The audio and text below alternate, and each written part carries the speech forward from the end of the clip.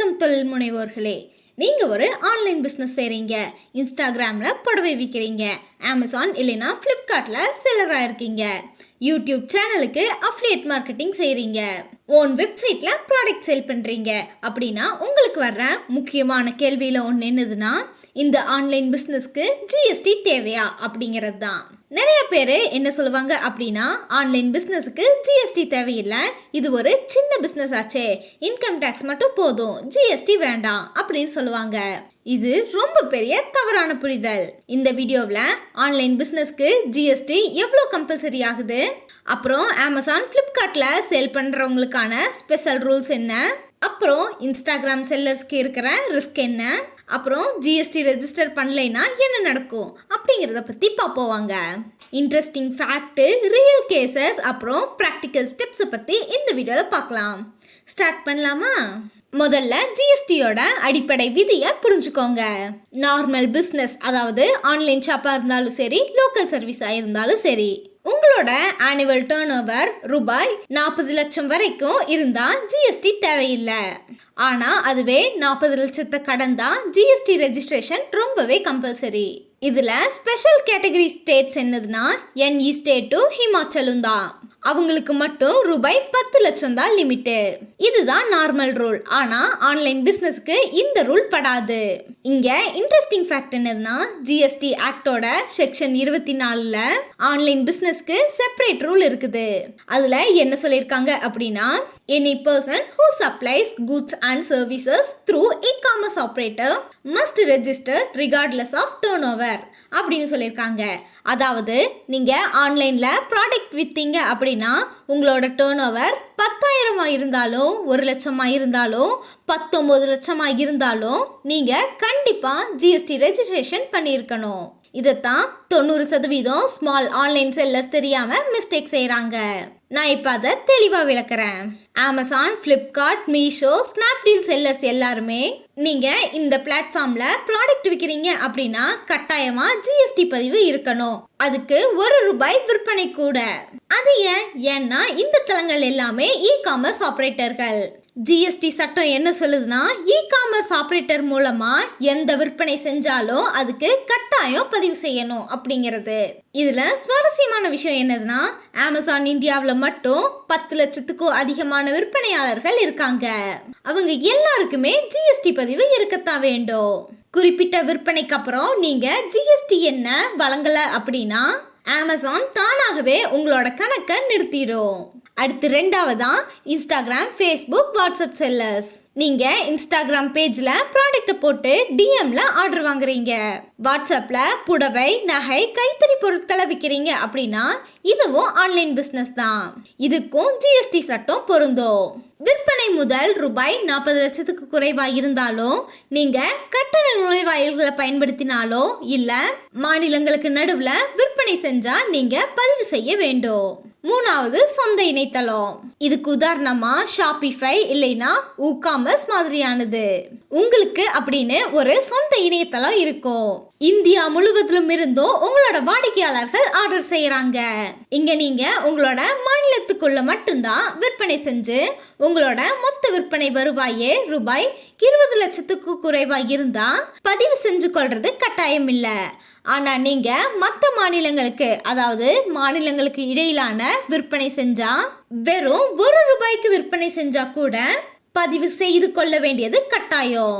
இப்ப உங்களுக்கு வர்ற மிகப்பெரிய குழப்பம் யாருன்னா இன்ஸ்டாகிராம், ஃபேஸ்புக் செல்லர்ஸ் தான். நிறைய பேர் சொல்லியிருக்காங்க, நான் ஐஜியில் சேல் பண்ணுறேன், என்னோட டேர்ன் ஓவர் ரூபாய் 5 லட்சம் தான் அப்படின்னு, எனக்கு ஜிஎஸ்டி வேண்டாம் அப்படின்னு சொல்லுவாங்க. இது ஓரளவு தவறு. ஜிஎஸ்டி துறையோட சமீபத்திய விளக்கம், அதாவது 2023ல் வந்த சட்டத்தின்படி என்ன சொல்லியிருக்காங்க அப்படின்னா, நீங்கள் இன்ஸ்டாகிராமில் சேல் பண்ணுறது 2 மூலமா பிரிக்கப்படலாம். ஒன்று பிளாட்ஃபார்ம் மூலமா, அதாவது இன்ஸ்டாகிராமில் இருக்கிற ஷாப்பிங் ஆப்ஷன்.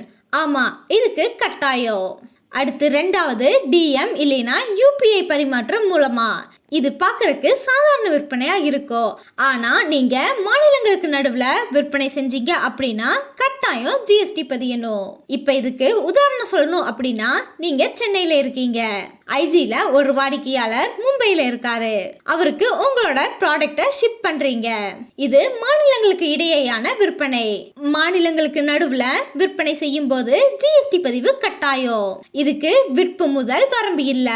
இதுல சுவாரஸ்யமான விஷயம் என்னதுன்னா, தமிழகத்துல இன்ஸ்டாகிராம் விற்பனையாளர்களுக்கு ஜிஎஸ்டி துறை நோட்டீஸ் அனுப்ப தொடங்கி இருக்கு. 2023 கோயம்புத்தூர், திருப்பூர், சென்னை ஆகிய இடங்கள்ல இருக்கிற சின்ன சின்ன ஆன்லைன் வியாபாரிகளுக்கு 5000க்கும் மேற்பட்ட நோட்டீஸ்கள் அனுப்பப்பட்டிருக்கு. அதுக்கான அபராதம், அது கூடவே வட்டி, அப்புறம் பதிவு தேவையும் இருக்கு. இப்ப என்ன செய்யறது? நீங்க ஒரு தடவை மாநிலங்களுக்கு நடுவுல விற்பனை செஞ்சாலும் ஜிஎஸ்டி பதிவு செஞ்சு கொள்ளுங்க. இது கடினமானது இல்ல.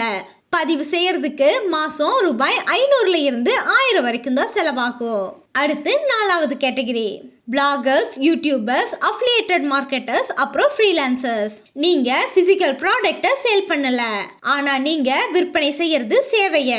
உதாரணமா சொல்லணும்னா, யூடியூப் விளம்பரங்களும், இணைப்பு சந்தைப்படுத்துதலும், விளம்பர பதிவுகளும், டிஜிட்டல் தயாரிப்புகள் மூலமா, அதாவது மின்னூல்கள், பயிற்சி, வார்ப்ரூக்கள், இந்த எல்லா வகையான இணைய சேவைகளுக்கும் ஜிஎஸ்டி பொருந்தும். இதுக்கு சேவைகளுக்கான விதி இருக்குது. உங்களோட மொத்த வருவாய் ரூபாய் 40 லட்சமா இருந்தாலும் இல்ல ரூபாய் 10 லட்சமா இருந்தாலும் ஜிஎஸ்டி பதிவு செய்யறது கட்டாயம்தான். சேவைகளுக்கு அப்படின்னு தனியான சிறப்பு இணைய விதிமுறைகள் எதுவுமே இல்ல. இதுல சுவாரஸ்யமான தகவல் என்னதுன்னா, 1 லட்சத்துக்கும் அதிகமான சந்தாதாரர்களை கொண்டு இருக்கிற பல யூடியூப் படைப்பாளர்கள் ஆட்சென்ஸ் மூலமா வருஷத்துக்கு ரூபாய் 20ல இருந்து 30 லட்சம் வரைக்கும் சம்பாதிக்கிறாங்க.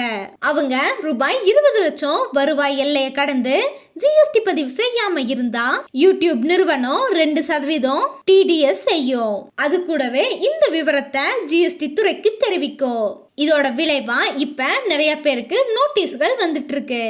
இதுக்கு உதாரணமா சொல்லணும் அப்படின்னா, 5 லட்சம் சந்தாதாரர்களை கொண்டிருக்கிற ஒரு தமிழ் தொழில்நுட்ப விமர்சகர், அவரோட வருஷம் ஆட்சென்ஸ் வருவாய் ரூபாய் 28 லட்சம். அவரு ஜிஎஸ்டி பதிவு செய்யல. ஜிஎஸ்டி துறை அவருக்கு ஒரு நோட்டீஸ் அனுப்பி இருக்கு. அந்த முழு ரூபாய் 28 லட்சம், அது கூடவே 18% ஜிஎஸ்டி செலுத்த வேண்டும் அப்படின்னு சொல்லியிருக்கு. அதாவது ரூபாய் 5.04 லட்சம், அதுக்கான வட்டி, அப்புறம் அபராதம் செலுத்த வேண்டியது இருக்கு. அதனால அவரு அந்த தொகையை செலுத்த வேண்டியதாயிடுச்சு. இதுல நீங்க கத்துக்க வேண்டிய பாடம் என்னதுன்னா, டிஜிட்டல் சேவைகள் அப்படிங்கிறது கண்ணுக்கு தெரிஞ்சது மட்டும் இல்ல, ஒவ்வொரு கட்டண நுழைவாயிலும் அரசாங்கத்துக்கு தகவல் தெரிவிக்குது. இப்ப ஆன்லைன் பிசினஸ்க்கு ஜிஎஸ்டி ரெஜிஸ்டர் பண்ணலனா என்ன ஆகும் அப்படின்னு பாப்போம். முதல்ல அபராதம். செலுத்த வேண்டிய வருவாயில 100% பிரிவு 122 கீழே ரூபாய் 10,000 வரையிலான அபராதம், இல்லைனா வரி ஏய்ப்பு செய்யப்பட்ட தொகை. இதுல எது அதிகமோ அது விதிக்கப்படும். உதாரணமா சொல்லணும் அப்படின்னா, நீங்க இணைய வழியா ரூபாய் 30 லட்சம் மதிப்பிலான பொருட்களை விற்பனை செஞ்சீங்க அப்படின்னா அதுக்கு 15% ஜிஎஸ்டி. அதுக்கான கட்டணம் ரூபாய் 5.4 லட்சம். அதுக்கான அபராதம் ரூபாய் 5.4 லட்சம். அது கூடவே 10,000. மொத்தமா ரூபாய் 10.9 லட்சம் வரும். அடுத்து 2வது வட்டி, வருஷத்துக்கு 18%. நீங்க ஜிஎஸ்டி பதிவு செஞ்சிருக்க வேண்டிய தேதியில இருந்து இந்த வட்டி கணக்கிடப்படும். அடுத்து 3வது விற்பனை தள முடக்கம். அமேசான், பிளிப்கார்ட், மீஷோ மாதிரியான தளங்கள்ல குறிப்பிட்ட அளவு விற்பனை நடந்ததுக்கு அப்புறம் நீங்க ஜிஎஸ்டி விவரங்களை வழங்கவில்லை அப்படின்னா அவங்க உங்களோட விற்பனையாளர் கணக்கை முடக்குவாங்க. இன்ஸ்டாகிராம் இதுல இப்ப வரைக்கும் நேரடி கணக்கு முடக்கம் எதுவும் இல்ல. ஆனா பணம் செலுத்தும் வாயிலான ரசோர்பே, இன்ஸ்டாமோஜோ மாதிரியான தளங்கள் ஜிஎஸ்டி விவரங்களை கேக்குது. அடுத்து 4வது உள்ளீட்டு வரி வரவு இழப்பு. உங்களோட இணைய வணிகத்துக்காக நீங்க மூலப்பொருட்களை, அதாவது பேக்கிங் பொருட்கள், ஷாப்பிங் சேவைகள், தயாரிப்பு பொருட்கள் எல்லாத்தையுமே வாங்குறப்ப அதுக்கு ஜிஎஸ்டி செலுத்தி இருப்பீங்க. ஜிஎஸ்டி பதிவு இல்லாம இருந்தா நீங்க செலுத்திய அந்த ஜிஎஸ்டி தொகையை திரும்ப பெற முடியாது. இதனால உங்களோட செலவினங்கள்ல 5% இருந்து 18% வரையிலான இழப்பு ஏற்படும். அடுத்து 5வது சட்ட அறிவிப்பு மற்றும் தீவிரமான சூழல்கள்ல கைது நடவடிக்கை. வரி ஏய்ப்பு செய்யப்பட்ட தொகை ரொம்பவே அதிகமாயிருந்தா, அதாவது ரூபாய் 5 கோடிக்கு மேல இருந்தா, அது வேண்டுமென்றே செய்யப்பட்டதா இருந்தா குற்றவியல் ரீதியாக சட்ட நடவடிக்கை எடுக்க வாய்ப்பு இருக்கு. இதுல சுவாரஸ்யமான தகவல் என்னதுன்னா, 2022-23வது வருஷத்துல பதிவு செய்யாத 2.5 லட்சத்துக்கும் மேற்பட்ட இணைய விற்பனையாளர்களை ஜிஎஸ்டி துறை கண்டுபிடிச்சிருக்காங்க. அவங்களுக்கு அறிவிப்பு அனுப்பப்பட்டிருக்கு. நிறைய சின்ன சின்ன வியாபாரிகள் அபராதம் செலுத்தியிருக்காங்க. அதனால நீங்க அறிவிப்பு வரும் வரைக்கும் காத்திருக்காதீங்க. இதுல முக்கியமான கருத்து என்னதுன்னா, ஜிஎஸ்டியின் கீழே டிஜிஎஸ். நீங்க அமேசான் இல்லைன்னா பிளிப்கார்ட் மாதிரியான தளங்கள்ல விற்பனையாளராக இருந்தா, இ காமர்ஸ் தளங்களான இ காமர்ஸ் ஆபரேட்டர்கள் கிட்ட இருந்து உங்களோட பணம் செலுத்தும் போது 1% டிஜிஎஸ், அதாவது மூலத்துல வரி வசூலிக்கிறது பிடித்தம் செய்யப்படுது. அது மட்டும் இல்லாம அரசாங்கம் உங்களுக்கு பணம் அனுப்ப வேண்டும். இந்த டிஜிஎஸ் உங்களோட இறுதி வரி இல்ல. நீங்க ஜிஎஸ்டி ரிட்டர்ன் தாக்கல் செய்யறப்ப அதுக்கான வரி கிளவை கேட்கலாம். ஜிஎஸ்டி பதிவு இல்லாம அமேசானில் உங்களை இணைத்து கொள்ள முடியாது. உங்களுக்கு பணம் கிடைக்காது. இதை தான் எளிமையா சொல்றேன். இதுல சுவாரஸ்யமான விஷயம் என்னதுன்னா, மீஷோ இது ஒரு மறு விற்பனையாளர் தளமாக தொடங்குச்சு. இப்ப ரூபாய் 40 லட்சத்துக்கும் அதிகமான வருமானம் ஈட்டும் எல்லா விற்பனையாளர்களும் ஜிஎஸ்டி பதிவை கட்டாயமாக்கி இருக்கு. சின்ன விற்பனையாளர்கள் கிட்ட கூட அவங்க பதிவு செய்ய விருப்பம் அப்படிங்கிற உறுதிமொழிய அவங்க கேட்டிருக்காங்க. பேமெண்ட் கேட்வேவை பயன்படுத்தும் இன்ஸ்டாகிராம் விற்பனையாளர்களுக்கு ரோஸ்போ, இன்ஸ்டாகிராம் மோஜோ எல்லாத்துலயுமே உங்களோட மாதாந்திர வசூல் ஒரு குறிப்பிட்ட அளவை தாண்டினா அவங்க ஜிஎஸ்டி பதிவை கேட்பாங்க. ஜிஎஸ்டி இல்லைன்னா பேமெண்ட் கேட்வே உங்களோட பணத்தை முடக்கிவிடும். இதுல உங்களுக்கான பாடம் என்னதுன்னா, உங்களோட ஆன்லைன் வணிகத்தை விரிவுபடுத்த விரும்பினா ஜிஎஸ்டி அப்படிங்கிறது தவிர்க்க முடியாதது. அது நம்பகத்தன்மைக்கான விலை. இப்ப ஜிஎஸ்டி பதிவு எப்படி செய்யறது அப்படிங்கிறத பார்ப்போம். இதுக்கு 7 எளிய முறைகள் இருக்கு. முதல்ல ஆவணங்களை தயார் செய்யுங்க. இதுக்கு பேன் கார்டு, ஆதார் கார்டு, வணிக முகவரி சான்று, அதாவது வாடகை ஒப்பந்தம் இல்லைன்னா மின்சார கட்டண ரசீது, அப்புறம் கணக்கு வழக்கு அறிக்கை இல்லைன்னா ரத்து செய்யப்பட்ட காசோலை, அப்புறம் டிஜிட்டல் கையெழுத்து. தனிநபராக இருந்தா ஓடிபி வந்தது. எல்லாத்தையுமே தயார் செஞ்சுக்கோங்க. அடுத்து 2வது ஜிஎஸ்டி இணையதளத்துக்கு போங்க. அதாவது gst.gov.in அப்படிங்கிறதுக்குள்ள சேவைகள் அப்படிங்கிறதுக்குள்ள பதிவுக்குள்ள போய் புதிய பதிவு கொடுங்க. அடுத்து 3வது பகுதி ஏவை நிரப்புங்க. தற்காலிக குறிப்பு என்ன, அதாவது ஏஆர்என் பெறுங்க. இது 15 நிமிஷத்துல வந்துரும். அடுத்து 4வது பகுதி பியை நிரப்புங்க. வணிக விவரங்கள், விற்று முதல் மதிப்பீடு, வங்கி விவரங்கள், பொருட்கள், அப்புறம் சேவைகளை நிரப்புங்க. அடுத்து 5வது இ காமர்ஸ் ஆபரேட்டர் அப்படிங்கிறதுக்கு ஆம் அப்படின்னு தேர்ந்தெடுங்க. ஆன்லைன் விற்பனையாளர்களுக்கு இது ரொம்பவே முக்கியம். இது டிசிஎஸ் கேரண்டி பெற உதவும். அடுத்து 6வது ஆவணங்களை பதிவேற்றி சமர்ப்பிக்கணும். இதுக்கு ஏஆர்ஓ, அதாவது விண்ணப்ப குறிப்பு எண் உருவாகிடும். அடுத்து 7வது சரிபார்ப்பு. ஜிஎஸ்டி அதிகாரி நேர்ல வரலாம், இல்லைன்னா ஆன்லைன்ல ஒப்புதல் அளிக்கலாம். இதுக்கான சான்றிதழ் 3ல இருந்து 7 வேலை நாட்கள்ல வந்து சேரும். இதுக்கான பதிவு இலவசம் தான், கட்டணம் இல்ல. ஆனா மாதாந்திர வருமான வரி கணக்குகளை தாக்கல் செய்ய உங்களுக்கு சிஏ இல்லைன்னா ஆலோசகர் தேவைப்படுவாங்க. அவங்களுக்கு மாசம் ரூபாய் 500ல இருந்து 1000 கொடுக்க வேண்டியது இருக்கும். இதுல சுவாரஸ்யமான தகவல் என்னதுன்னா, உங்களோட விற்று முதல் வரம்புக்கு குறைவா இருந்தா நீங்க தன்னார்வமாக ஜிஎஸ்டிக்கு பதிவு செய்யலாம். நிறைய ஆன்லைன் விற்பனையாளர்கள் இதை செஞ்சதுக்கான காரணங்கள் என்னதுன்னா, முதல்ல வாடிக்கையாளர்கள் ஜிஎஸ்டி இன்வாய்ஸை கேட்பாங்க. 2வது உங்களோட கொள்முதலுக்கு நீங்க உள்ளீட்டு வரி கடனை வாங்கலாம். 3வது தளத்தோட விதிமுறைகளுக்கு இணங்கிறது எளிதா இருக்கும். அதனால உங்களுக்கான பரிந்துரை என்னதுன்னா, நீங்க தொடர்ந்து ஆன்லைன் வணிகம் செஞ்சா தன்னார்வமாக பதிவு செய்யுங்க. இது ஒரு மலிவான காப்பீடு. ஆன்லைன் வணிகத்துல ஜிஎஸ்டி தொடர்பா 5 பொதுவான தவறுகள் நடக்கலாம். அத முன்னாடியே சொல்றேன், அந்த தவறுகளை தவிர்த்துடுங்க. முதல்ல இன்ஸ்டாகிராம் ஷாப்பிங்ல ஜிஎஸ்டி வசூலிக்க கூடாது. இது தவறு. மாநிலங்களுக்கு நடுவுல நடக்கிற விற்பனைக்கு தான் பதிவு செய்யறது கட்டாயம். ஒரே ஒரு மாநிலத்துக்கு நடுவுல விற்பனை நடந்தா பதிவு செய்ய வேண்டியதில்லை. அடுத்து ரெண்டாவதா தவறான பிரிவின் கீழே பதிவு செய்யறது. நிறைய பேரு இ-காமர்ஸ் விற்பனையாளர்கள் அப்படிங்கிறதுக்கு பதிலா வழக்கமான டீலர் அப்படிங்கறத பதிவு செஞ்சிருவாங்க. அப்ப டிசிஎஸ் கிரேட் பிரதிபலிக்கும். இ-காமர்ஸ் ஆபரேட்டர் மூலமா சப்ளையர்ஸ் அப்படிங்கிறது எப்பயுமே எஸ் அப்படின்னு டிக் பண்ணிக்கோங்க. அடுத்து மூணாவது பதிவு செஞ்சதுக்கு அப்புறம் ரிட்டர்ன்ஸ் தாக்கல் செய்யாம இருக்கிறது. பதிவு செஞ்சதுக்கு அப்புறம் ரிட்டர்ன்ஸ் தாக்கல் செய்ய வேண்டியது இருக்கும். ஒரு நாளைக்கு தாமதமா செஞ்சா அதுக்கான கட்டணம் ₹50, அது கூடவே வட்டி, அப்புறம் ரத்து செய்ய வாய்ப்பு இருக்கு. ஆன்லைன் விற்பனையாளர்கள் மாசந்தோறும் GSTR 1 அப்புறம் GSTR 3B கட்டாயமா வாங்கியிருக்கணும். அடுத்து நாலாவது வாடிக்கையாளர்கள் கிட்ட இருந்து ஜிஎஸ்டி வசூலிக்காம இருக்கிறது. நீங்க ஜிஎஸ்டிக்கு பதிவு செஞ்சிருக்கீங்க, இப்ப ஒவ்வொரு விற்பனைக்கும் ஜிஎஸ்டி வசூலிக்க வேண்டும். 5% இருந்து இல்லைன்னா அதுக்கு பொருந்துற மாதிரி 12% இல்லைன்னா 18% வசூலிக்கணும். நீங்க வசூலிக்கவில்லை அப்படின்னா உங்களோட சொந்த பணத்துல இருந்து செலுத்த வேண்டியது இருக்கும். அடுத்து அஞ்சாவது வாக்குதல்களுக்கு உள்ளீட்டு வரி வரவை கோராமல் இருப்பது. நீங்க பேக்கேஜிங் பொருட்கள், ஷாப்பிங் லேபிள், மூலப்பொருட்கள் எல்லாத்தையுமே வாங்குறீங்க அப்படின்னா நீங்க ஜிஎஸ்டி செலுத்தி இருக்கீங்க. அத உள்ளீட்டு வரி வரவாக திரும்ப பெறலாம். இல்லைனா நீங்க 5-18% வரையிலான லாப வரம்பை இழப்பீங்க. இதுல சுவாரஸ்யமான உண்மை என்னதுன்னா, ஒரு புத்திசாலியான ஆன்லைன் விற்பனையாளர் ஜிஎஸ்டிக்கு பதிவு செஞ்சு சட்டம் கட்டாயப்படுத்துவதில்லை, மாறா உள்ளீட்டு வரி வரவு அவங்களுக்கு பணத்தை மிச்சப்படுத்துவதால் தான் அப்படின்னு சொல்லியிருக்காரு. இதுக்கான உதாரணமா நீங்க ஒரு பொருளை ₹100க்கு வாங்குறீங்க அப்படின்னா அதுல ஜிஎஸ்டி 18%, அப்போ ₹118. நீங்க அதை 150க்கு விற்பனை செய்றீங்க அப்படின்னா அதுக்கான ஜிஎஸ்டி 18%, அப்போ ₹177. நீங்க அரசாங்கத்துக்கு செலுத்தும் போது ₹27 இது வாடிக்கையாளர்கள் கிட்ட இருந்து வசூலிச்சது. அதுல ₹18 கம்மி பண்றோம். இது சப்ளையர்களுக்கு செலுத்தப்பட்டது.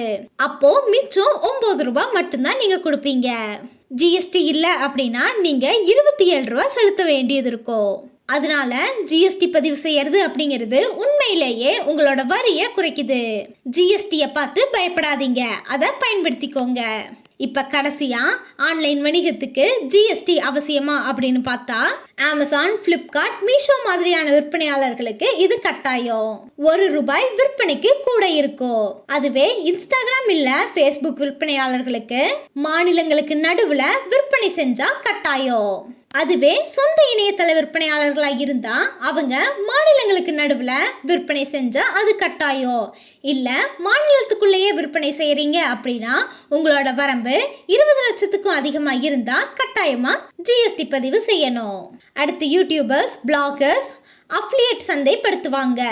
அவங்களுக்கு சேவைக்கான மொத்த வருவாய் ₹20 லட்சத்துக்கு மேல இருந்தா இந்த ஜிஎஸ்டி கட்டாயம். அடுத்தது டிஜிட்டல் தயாரிப்பு விற்பனையாளர், அவங்களோட சேவைக்கு பொருந்தும் அதே விதி இருக்கு. இதுவே ஜிஎஸ்டி பதிவு இல்லாம இருக்கிறதோட அபாயங்கள் என்னதுன்னா, வரியில 100% வரைக்கும் அபராதம், அப்புறம் 15% வட்டி, உங்களோட வணிகத்தளம் முடக்கப்படலாம், அப்புறம் உங்களுக்கு சட்ட ரீதியான அறிவிப்புகள் கிடைக்கலாம், அப்புறம் ஐடிஎஸ் பலன் கிடைக்காது. இதுல சுவாரஸ்யமான தகவல் என்னதுன்னா, இந்தியாவில் இருக்கிற 5 கோடிக்கும் அதிகமான ஆன்லைன் விற்பனையாளர்கள்ல, அதாவது சின்ன வியாபாரிகள் உட்பட 40 லட்சம் பேர் மட்டும்தான் ஜிஎஸ்டிக்கான பதிவு செஞ்சிருக்காங்க. இதோட பொருள் என்னதுன்னா 92% பேரு விதிமுறைகளை பின்பற்றுவதில்லை. ஜிஎஸ்டி துறை இப்ப பேமெண்ட் கேட்வே, யூபிஐ பரிவர்த்தனை, அப்புறம் சமூக ஊடகங்களை கண்காணிக்க AI தொழில்நுட்பத்தை பயன்படுத்துது. உங்களோட இன்ஸ்டாகிராம் விற்பனைகள் மறைக்கப்படுவது இல்லை. அதனால இன்னைக்கே நீங்க செய்ய வேண்டிய திட்டங்கள் என்னதுன்னா, முதல்ல ஆன்லைன் வணிகத்துல மொத்த வருவாயை கண்டறிங்க, அதாவது உங்களோட கடந்த 12 மாசத்துக்குரியது. அடுத்து ரெண்டாவது, நீங்க மாநிலத்துக்கு இடையே விற்பனை செய்றீங்களா அப்படின்னு சரி பாருங்க. அடுத்து மூணாவது, ஆம் அப்படின்னா இந்த வாரமே gst.gov.in அப்படிங்கிற இணையதளத்துல பதிவு செய்யுங்க, இது இலவசமானது தான். அடுத்து நாலாவது, மாதாந்திர தாக்கல் பணிகளுக்காக ஒரு CA-வின், அதாவது பட்டாய கணக்காளரோட உதவியை பெறுங்க. இதுக்கு அவங்க மாசம் ₹500 இருந்து 1000 வரைக்கும் வாங்குவாங்க. அறிவிப்பு வரும் வரைக்கும் காத்திருக்காதீங்க. முன்னெச்சரிக்கையோட செயல்படுங்க. ஆன்லைன் பிஸ்னஸை க்ரோ பண்ணுங்க. ஜிஎஸ்டியை ஃபாலோ பண்ணுங்க.